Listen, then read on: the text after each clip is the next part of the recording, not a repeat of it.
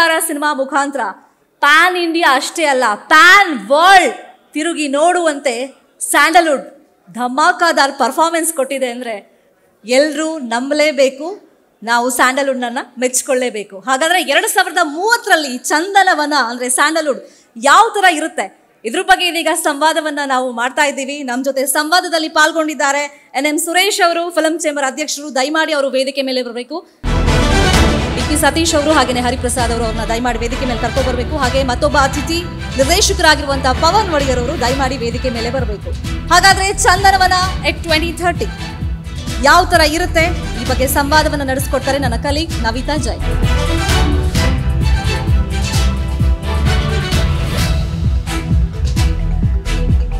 ನಮಸ್ಕಾರ. ಚಂದನವನ ಅಟ್ 2030 ಕಾರ್ಯಕ್ರಮಕ್ಕೆ ಸ್ವಾಗತ.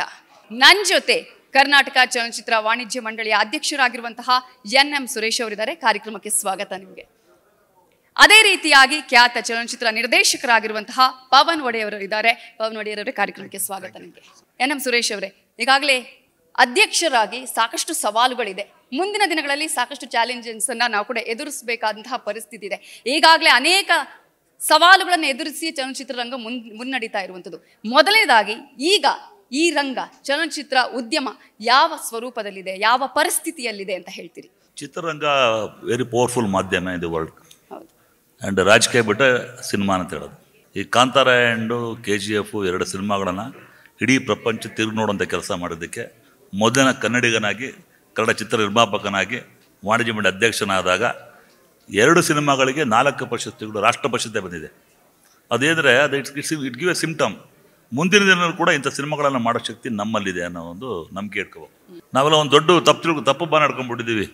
Cinema is always technician base, not hero base ಅಂತ ನಾನು ಹೇಳ್ತೀನಿ. ಅದನ್ನು ಮಾಡಿದಾಗ ಖಂಡಿತವಾಗ್ಲೂ ಚಿತ್ರಕ್ಕೆ ಒಂದು ಭವಿಷ್ಯ ಇದೆ ಅಂತ ಅನ್ಸುತ್ತೆ. ಒಬ್ಬ ಡೈರೆಕ್ಟರ್ ಮನ್ಸು ಮಾಡಿದ್ರೆ ಹಿ ಕ್ಯಾನ್ ಡೂ ಎನಿಥಿಂಗ್. ಯಾರನ್ನು ಬೇಕಾದ್ರೂ ಹೀರೋ ಮಾಡ್ಬೋದು. ಯಾರು ನಾನು ಮಾಡಿದ್ದೀನಿ, ಎಕ್ಸ್ಕ್ಯೂಸ್ ಸಿನಿಮಾ ಮಾಡಿದೆ, ಸೂಪರ್ ಡೂಪರ್ ಹಿಟ್ ಆಯ್ತು. More than 1 year ಓಡ್ದು. ಯಾರಿದಾರ ಹೀರೋಗಳಲ್ಲಿ ಎಲ್ಲ ಹೊಸಬ್ರು ಇರ್ತಾನೆ. ಒಳ್ಳೆ ಸಿನಿಮಾ ಮಾಡಿದಾಗ, ಒಳ್ಳೆ ಕಂಟೆಂಟ್ ಇದ್ದಾಗ ನಮ್ಮ ಜನ ಮನ್ನಣೆ ಮಾಡೋದು ಒಂದು ನನ್ನ ಸಿನಿಮಾಗಳೇ ಕಾರಣ. ಎಸ್, ಈಗ ಸರ್ ಹೇಳಿದಾಗೆ ಪವನ್ ಒಡೆಯರ್ ಅವರೇ, ಒಂದ್ ಕಡೆ ಕಂಟೆಂಟ್ ಅನ್ನೋದೇ ಇತ್ತೀಚಿನ ದಿನಗಳಲ್ಲಿ ಜನ ನೋಡುವಂಥದ್ದು, ಪ್ರೇಕ್ಷಕರನ್ನ ಸೆಳೆಯುವಂತಹ ಪ್ರಯತ್ನಗಳು ಕೂಡ ಅದೇ ಆಗುತ್ತೆ ಅಂತೇಳಿ. ನಿರ್ದೇಶಕರಾಗಿ ಈಗಾಗಲೇ ನೀವು ಕೂಡ ಅನೇಕ ಚಾಲೆಂಜಸ್ ಅನ್ನ ಎದುರಿಸಿರ್ತೀರಾ. ಈಗ ಎಷ್ಟೋ ಸಂದರ್ಭದಲ್ಲಿ ಒಳ್ಳೆಯ ಕಂಟೆಂಟ್ ಬಂದಿರುತ್ತೆ, ಜನ ಅದಕ್ಕೆ ಒಳ್ಳೆಯ ರೆಸ್ಪಾನ್ಸ್ ಕೊಟ್ಟರು ಕೂಡ ಅದು ಹಣ ಗಳಿಕೆಯಲ್ಲಿ ಎಲ್ಲೋ ಒಂದಷ್ಟು ಕಡಿಮೆಯಾಗುತ್ತೆ.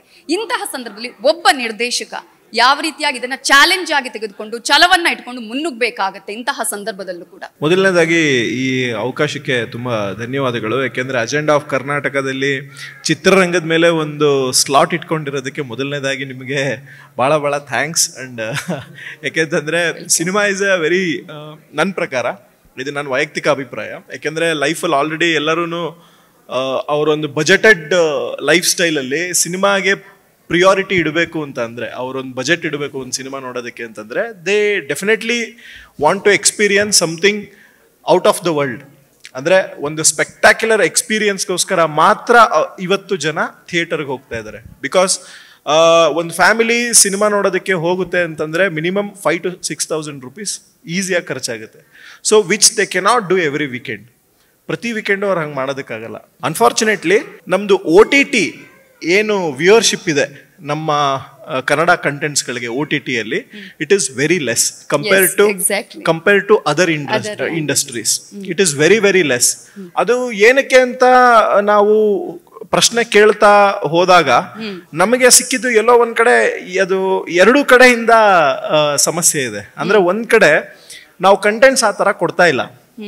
ಬಿಕಾಸ್ ಬೇರೆ ಭಾಷೆಗಳಲ್ಲಿ ಈಸಿಯಾಗಿ ಸಿಗುತ್ತೆ ಕಂಟೆಂಟ್. ಈಗ ನೋಡಿ, ಒಂದು ಫ್ಯಾಮಿಲಿ ಒಂದು ದೊಡ್ಡ ಸಿನಿಮಾನ ಫುಲ್ ಫ್ಯಾಮಿಲಿ ಜೊತೆ ಹೋಗಿ ನೋಡ್ಬೇಕು ಅಂದ್ರೆ 6,000 ರೂಪಾಯಿ ಖರ್ಚಾಗುತ್ತೆ.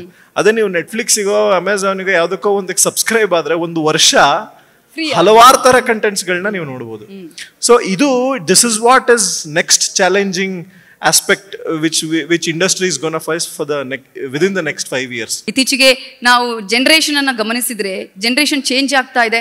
ಇಂತಹ ಸಂದರ್ಭದಲ್ಲಿ ಈ ಜನರೇಷನ್ ಸೆಳೆಯುವಂತಹ ಪ್ರಯತ್ನಗಳು ಯಾವ್ಯಾವ್ದು ಆಗ್ಬೇಕಾಗತ್ತೆ? ಇದರಲ್ಲಿ ಏನಾದ್ರೂ ಚಾಲೆಂಜಸ್ ಕಾಣಿಸ್ತಾ ಇದೆಯಾ? ಏನಾಗುತ್ತೆ ವರ್ಷ ಈಗ ಇವತ್ತು ಸ್ಥಿತಿಯಲ್ಲಿ ನಮ್ಮಲ್ಲಿ ಪರಭಾಷಾ ಚಿತ್ರಗಳ ಹಾವಳಿ ಜಾಸ್ತಿ ಆಗಿದೆ. ಕನ್ನಡ ಸಿನಿಮಾಗಳಿಗೆ ಇದೇ ಮಲ್ಟಿಪ್ಲೆಕ್ಸ್ಗಳಲ್ಲಿ ನಮಗೆ ಪ್ರೈಮ್ ಟೈಮಲ್ಲಿ ಶೋ ಟೈಮ್ ಕೊಡಲ್ಲ ಸರ್. ಅದನ್ನ ತಡೆಗಟ್ಟೋದು ಹೇಗೆ ವಾಣಿಜ್ಯ ಮಂಡಳಿಯಿಂದ ಪ್ರಯತ್ನ? ನೋಡಿ, ಸರ್ಕಾರ ಈಗಾಗಲೇ ಈ ಹಿಂದೆ ಪ್ರಯತ್ನ ಪಟ್ಟಿತ್ತು. ನೋಡಿ, ನೈಬರಿಂಗ್ ಸ್ಟೇಟ್ ತೆಲಂಗಾಣ ತಗೊಳ್ಳಿ, ಆಂಧ್ರ ತಗೊಳ್ಳಿ, ತಮಿಳ್ನಾಡು ತಗೊಳ್ಳಿ, ಇನ್ನು ಇದ್ರೆ ಕೇರಳ ತಗೊಳ್ಳಿ, ಅವರ ಒಂದು ಸಿಸ್ಟಮ್ ಇದೆ. ಮಲ್ಟಿಪ್ಲೆಕ್ಸ್ಗಳಲ್ಲಿ ಮೋರ್ ದ್ಯಾನ್ 200 ರೂಪೀಸ್ ಇಲ್ಲೇ ಇಲ್ಲ. ಮ್ಯಾಕ್ಸಿಮಮ್ ಬಿಡಿಸ್ 250 ರೂಪೀಸ್. ಕನ್ನಡ ಸಿನಿಮಾ ಉಳಿಸ್ಬೇಕು ಅಂದಾಗ ಮಲ್ಟಿಪ್ಲೆಕ್ಸ್ಗೆ ಕಡಿವಾಣ ಹಾಕುವಂಥ ಕೆಲಸ ಫಸ್ಟ್ ಮಾಡಬೇಕು. ಯಾಕಂದರೆ ನೋಡಿ, ಎಲ್ಲ ಏನು ಬಾಂಬೆನ ಮಹಾರಾಷ್ಟ್ರ ತೊಗೊಳ್ಳಿ, ನಾರ್ತ್ ಇಂಡಿಯಾ ತೊಗೊಳ್ಳಿ, definitely there is the control in ಇದರಲ್ಲಿ ಮಲ್ಟಿಪ್ಲೆಕ್ಸ್ ಥಿಯೇಟ್ರ್ ಟಿಕೆಟಿಂಗಲ್ಲಿ ತುಂಬ ಕಂಟ್ರೋಲ್. ಅವ್ರು ಕಂಟ್ರೋಲ್ ಮಾಡೋದು ಮಲ್ಟಿಪ್ಲೆಕ್ಸ್ಗಳಿಗೆ. ಅವತ್ತು ಏನು ಅದು ಕೇಸ್ ಹಾಕ್ತಾರೆ. ಅವ್ರು ಮಾಧ್ಯಮದ್ರು ಕೂಡ ರಿಕ್ವೆಸ್ಟ್ ಮಾಡ್ಕೊತೀನಿ, ಅವ್ರ ಮಲ್ಟಿಪ್ಲೆಕ್ಸ್ದು ಒಂದು ಕೇಸ್ ಹಾಕಿ ಒಂದು ಸ್ಟೇ ತೊಗೊಂಡ್ಯಾರ. ಆ ಸ್ಟೇ ವೇಕೇಟ್ ಮಾಡೋದಕ್ಕೆ ತಾವು ಕೂಡ ಸಪೋರ್ಟ್ ಮಾಡೋದು ಪಕ್ಷದಲ್ಲಿ ಖಂಡಿತ ಸರ್ಕಾರ ಯಾವ ಸರ್ಕಾರ ಬಂದರೂ ಕೂಡ ನಿರ್ಮಾಣರಂಗಕ್ಕೆ ಎಲ್ಲರೂ ಕೊಟ್ಕೊಂತ ನಮಗೆ ಸಪೋರ್ಟ್ ಮಾಡ್ತಾ ಬಂದರೆ ಯಾವ ಸರ್ಕಾರದ ಬಗ್ಗೆ ಮಾತಾಡೋದಿಲ್ಲ. ಒಳ್ಳೆ ಸಿನಿಮಾಗಳು ಬಂದಾಗ ನೋಡ್ತಾರೆ ಅಂತ ದರ್ಶನ. ಇತ್ತೀಚಿನ ಕೃಷ್ಣಂ ಪ್ರಣಯಂ ಸಖಿ ಪಿಕ್ಚರ್ ನೋಡಿ, ಭೀಮಾನು ಒಳ್ಳೆ ಕಲೆಕ್ಷನ್ಸ್ ಆಯಿತು. ಸಿನಿಮಾಗಳನ್ನು ಪ್ಯಾಷನೇಟ್ ಆಗಿ ಮಾಡ್ಬೇಕೆ ಹೊರತು ಶೋಕಿ ಸಿನಿಮಾ ಮಾಡೋಕೆ ಬರ್ತಕ್ಕೆ. ಒಂದು ಸಿನಿಮಾ ಮಾಡ್ತಾರೆ, ರಿಯಲ್ ಎಸ್ಟೇಟ್ ಅವ್ರು ಬಂದ್ಬಿಟ್ಟು ಸಿನಿಮಾ ಮಾಡಿದ್ರು, ಅಬ್ನಾರ್ಮಲ್ ರೇಟ್ ಆಫ್ ನಮ್ಮ ಹೀರೋಗಳಿಗೆ ರೇಟ್ ಫಿಕ್ಸ್ ಮಾಡಿಬಿಟ್ರು. ಏನು 10 ಕೋಟಿಗೆ ಬೆಲೆ ಇಲ್ಲ, 15 ಕೋಟಿ. ಒಬ್ಬ ಹೀರೋ ಇವತ್ತು ಕನ್ನಡ ಸಿನಿಮಾ ಯಾವುದೋ ಒಂದು cinema, I don't know name, they have spent more than 100 crores for one movie. ಅಂದರೆ ಅದರಲ್ಲಿ 50% ಎಕ್ಸ್ಪೆಂಡಿಚರ್ ಅದರ್ ಎಕ್ಸ್ಪೆಂಡಿಚರ್ ಆಗಿದೆ. Actual cost of the movies 30 to 40, 50 crores ಆದರೆ ಅದರ್ ಎಕ್ಸ್ಪೆಂಡಿಚರಲ್ಲಿ ಆ್ಯಡ್ ಮಾಡಿ ಸಿನಿಮಾ ಬಡ್ಜೆಟ್ ಜಾಸ್ತಿ ಆಗಿದೆ. ಸಿನಿಮಾ ಹೆಂಗೆ ನೋಡ್ತಾರೆ ಜನ? ಅಷ್ಟು ಅಮೌಂಟ್ ಕಲೆಕ್ಷನ್ ಆಗಬೇಕಲ್ವಾ? ಅದರಿಂದ ನಮ್ಮಲ್ಲಿ ಕಂಟ್ರೋಲಿಂಗ್ ಇದ್ರೆ ಮಾತ್ರ ಚಿತ್ರರಂಗಕ್ಕೆ ಒಳ್ಳೇದಾಗುತ್ತೆ ನನ್ನ.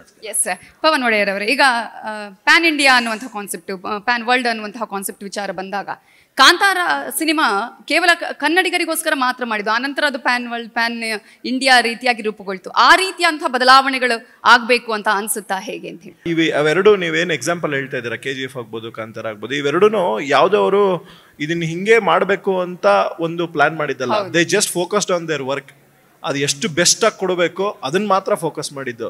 ಸೊ ನಾವು ಇವಾಗ ಪ್ರೀಡಿಟರ್ಮೈಂಡ್ ಆಗಿ ಏನೋ ಪ್ಲಾನ್ ಮಾಡ್ಕೊಂಡು ಹೋದಾಗ ಅದೆಲ್ಲೋ ಆಂಕ್ಷಿಯಸ್ನೆಸ್ ಇನ್ನೂ ಜಾಸ್ತಿ ಆಗಿ ಎಲ್ಲೋ ಡಿಫೋಕಸ್ ಆಗ್ತೀವಿ. ಸೊ ಹಂಗೆ ಮಾಡೋದಕ್ಕಿಂತ ಹೆಚ್ಚಾಗಿ ಈಗ ಯಾವುದೋ ಒಂದು ಸೆಟ್ ಬ್ಯಾಕ್ ಆಯಿತು ಅಂತಂದರೆ ಟೆಕ್ನಿಷಿಯನ್ಸ್ ಆಗ್ಬೋದು, ರೈಟರ್ಸ್ ಆಗ್ಬೋದು, ಆ್ಯಕ್ಟರ್ಸ್ ಆಗ್ಬೋದು, ಅದು it's a common, it's a process. ಅದು ಎನಿ ಫೀಲ್ಡಲ್ಲಿ ಇಟ್ಸ್ ಅ ಪ್ರೋಸೆಸ್. ಹಾಗಾಗುತ್ತೆ.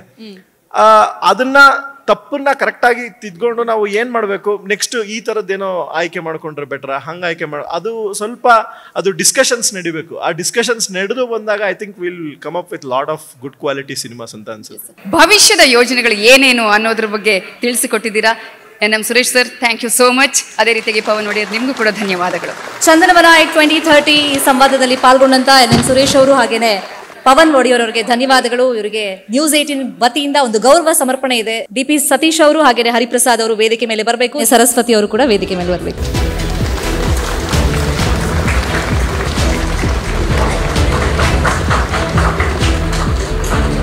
ನಮ್ಮ ಸ್ಪಾನ್ಸರ್ ಆಗಿರುವಂತಹ ವೈಟ್ ಗೋಲ್ಡ್ ವತಿಯಿಂದ ಅತಿಥಿಗಳಿಗೆ ನೆನಪಿನ ಕಾಣಿಕೆ.